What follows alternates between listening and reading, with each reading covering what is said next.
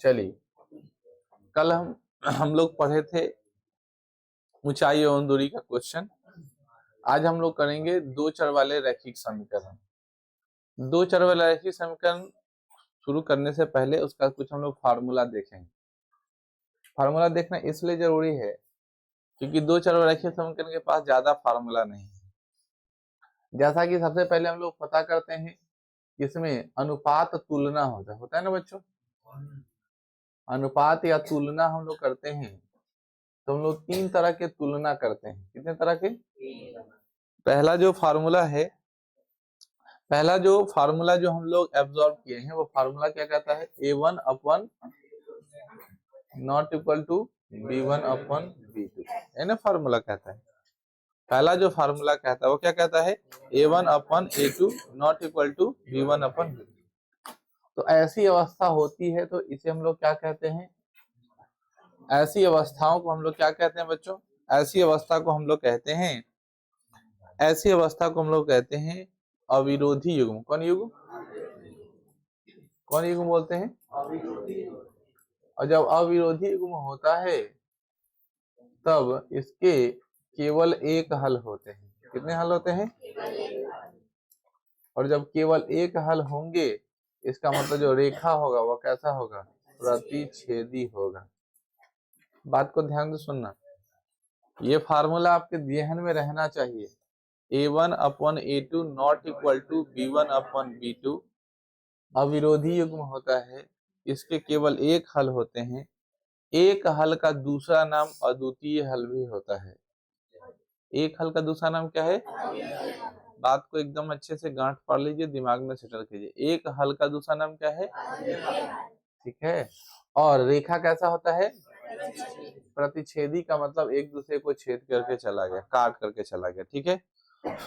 जब हम लोग दूसरा बात करते हैं तो दूसरा फार्मूला, दूसरा युग्म की जो हम लोग चर्चा करते हैं तो दूसरा युग्म कहता है कि तुलना किए और A1 अपन A2 बराबर B1 अपन B2 बराबर C1 अपन C2।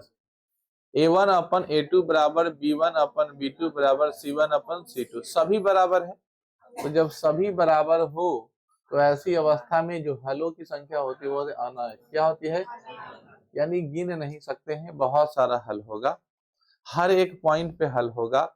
और इसके जो रेखाएं जो होती है वो कैसी रेखाएं होती है?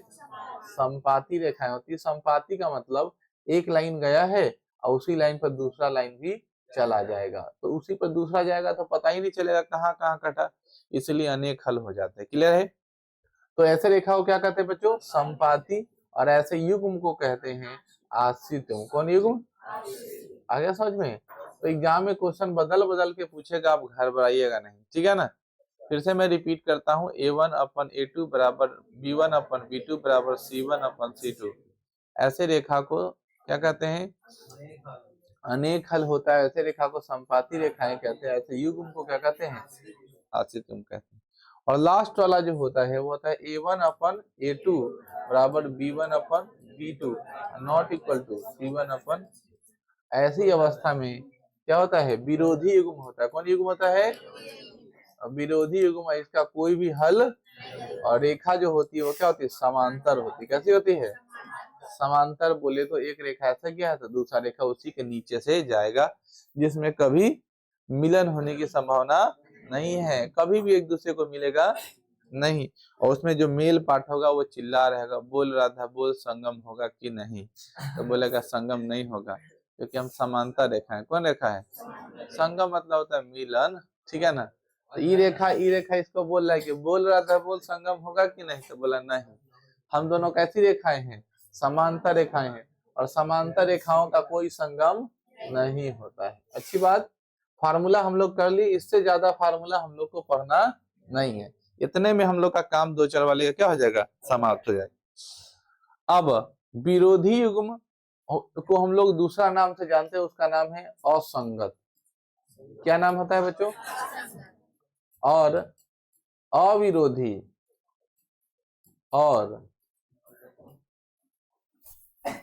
अविरोधी और संपाती जिसको हम लोग कहते हैं, या तुम आश्रित युग्म ले लो, ये दोनों को हम लोग कहते हैं संगत। तो कहीं कहीं वर्ड ये भी देता है संगत और असंगत, तो कंफ्यूज मत होइए, ठीक है। अब आते हैं क्वेश्चन पे। बहुत प्यारा क्वेश्चन है, बनाने का मैं आपको सिखा देता हूँ। ऑप्शन से इसमें क्वेश्चन कैसे डील करते हैं, क्योंकि इसमें क्वेश्चन बहुत बड़ा बड़ा होता है। लैंग्वेज वाला क्वेश्चन तो आप लोग बनाए हैं, तो कैसे डील करेंगे, डायरेक्ट ऑप्शन से। देखिए, एक नोटबुक की कीमत एक कलम की कीमत से दोगुनी है। देखो, एक नोटबुक की कीमत एक कलम की कीमत से दोगुनी है, तो कलम का एक्स मानेंगे और बुक की क्या मानेंगे, वाई मानेंगे। आ रहा समझ में? या तुम इसको मान लो, इसको एक्स मान लेते हैं, उसको क्या मानेंगे, वाई मानेंगे, ठीक है। अब क्वेश्चन में क्या क्या अच्छे समझो। एक नोटबुक की कीमत एक कलम की कीमत से दोगुनी है, ठीक है ना। ऑप्शन के अनुसार पहले वाले को वाई मानना पड़ेगा और दूसरे वाले को एक्स मानना पड़ेगा, तब जाके होगा, क्योंकि यहाँ पे एक्स वाई के साथ दो का रिलेशन चक्कर चल रहा है, ठीक है ना।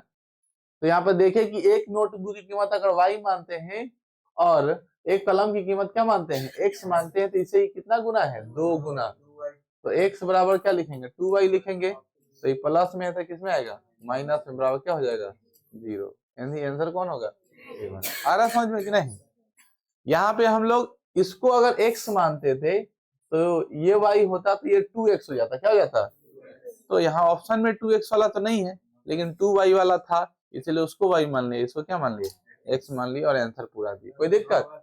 अब क्या दोनों होगा, ऐसा क्वेश्चन ऑप्शन नहीं देता है ना। आप ज्यादा आइंस्टीन के दामाद मत बनिए, ऐसा रहता तो क्या होता। हमारा तो मन था कि तुम्हारा मथवा, बोले थे ना कल है, हमारा मन था कि तुम्हारा मथवा रहता ना पीछे बगल, ऐसा होता तो क्या होता। अगला सवाल है, समीकरण इतना माइनस इतना बराबर 0 का मान क्या होगा।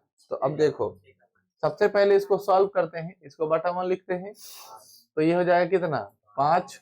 तो ये हो जाएगा 5x माइनस वाई माइनस 50, क्या हो जाएगा, बराबर 0। तो 5x माइनस वाई माइनस 50 बराबर 0 हो जाएगा। अब में 6 क्या है, ये क्या पूछ रहा है, में 6 मान क्या है, समझ ही नहीं रहा क्वेश्चन, ठीक है ना। कुछ क्वेश्चन में इधर कर दिया, बुझ रहे हो।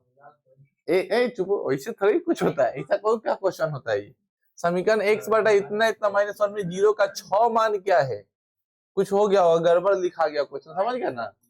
ये क्वेश्चन गड़बड़ है, ठीक है। इसमें 6 मान पूछ रहा है, इस कुछ गड़बड़ लिख दिया।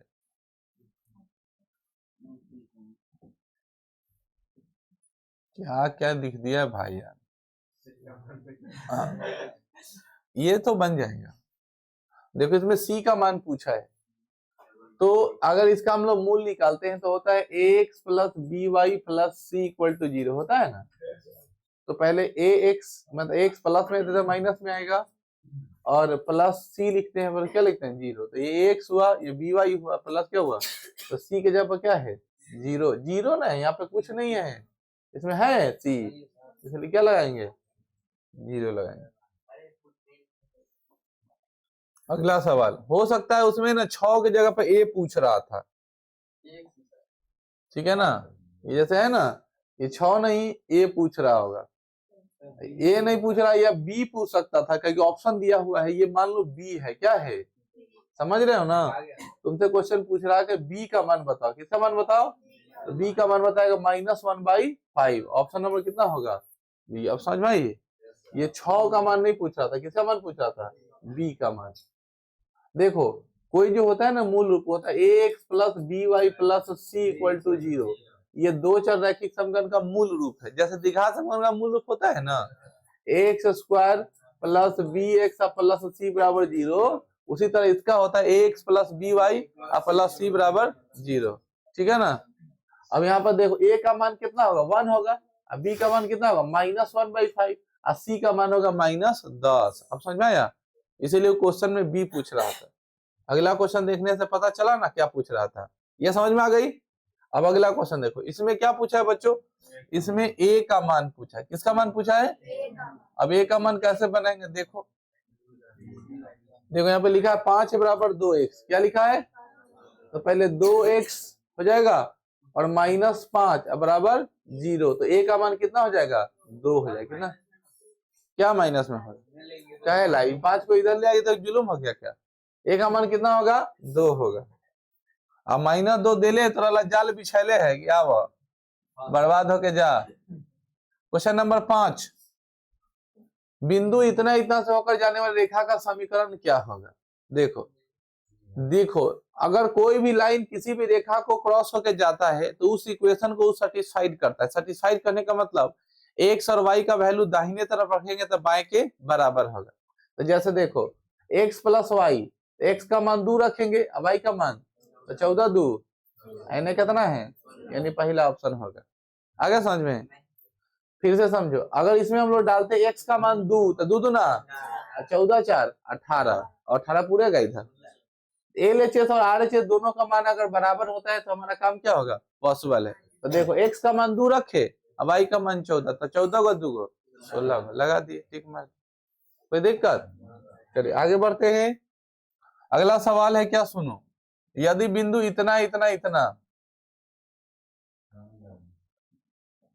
कम है ना 3 4 इतना बराबर इतना के आलेख पर स्थित है तो a का मान क्या होगा। मैंने पहले बता रखा है कि जब भी किसी को कोई रहता है लाइन आलेख रहता है तो इसको सेटिस्फाइड करता है। क्या करता है, तो सेटिस्फाइड कैसे करेगा, 3, y का मान कितना होगा 4। अंजादी की तरह मत बोलो, पहला वैल्यू x का, दूसरा वैल्यू y का मान, और a रहेगा x का मान कितना होगा 3 प्लस 7, 4 तिहाई 3 ये हो जाएगा प्लस 7, ये प्लस में इतने आएगा, 12 में 7 गया 5, 5 बराबर 3 है, तो 5/3 बराबर a, ऑप्शन नंबर। आया समझ में, यानी अगर कोई भी लाइन किसी करेगा तो सेटिस्फाइड कर। ऐसे क्वेश्चन नहीं ना आप लोग बनाए थे अभी, ये सब आ जाता है एग्जाम में क्वेश्चन तो दिमाग पगला जाता है कि कथी है ये सब, ठीक है ना, कहाँ से ये सब क्वेश्चन आ रहे, बड़ा भारी भारी क्वेश्चन पूछिए। लेकिन अब नहीं ऐसा फील होगा। देखो बिंदु 1 2 से गुजरने वाली रेखा का समीकरण क्या होगा, देखो 1 और 2 को जोड़ के कितना पूर जाएगा 3, ऑप्शन नंबर। बाकी किसी में डालोगे ना तो वो नहीं पूरेगा, ए बराबर होगा, ठीक है ना। जैसे देखो x का मान 1 डाले, x का मान 2 डाले, तो 2 दूना 4, 4 1 5 हो जाएगा, यानी कितना है 3, पूर्णा कितना चाहिए था 3, हो नहीं रहा है। अगला सवाल देखो, अगला सवाल क्या कहता है, सो सुनो,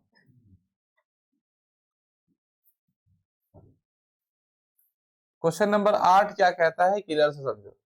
x प्लस 2y बराबर 6 दिया है, x प्लस 2y बराबर, तो देखो ट्राई करो कौन सा होगा। x का मान अगर 1 डालते हैं और 3 का मान 2 तो इधर 7 हो जाएगा, ये नहीं होगा। x का मान 2 रखते हैं, x का मान 2 रखते हैं, ये वाला होगा।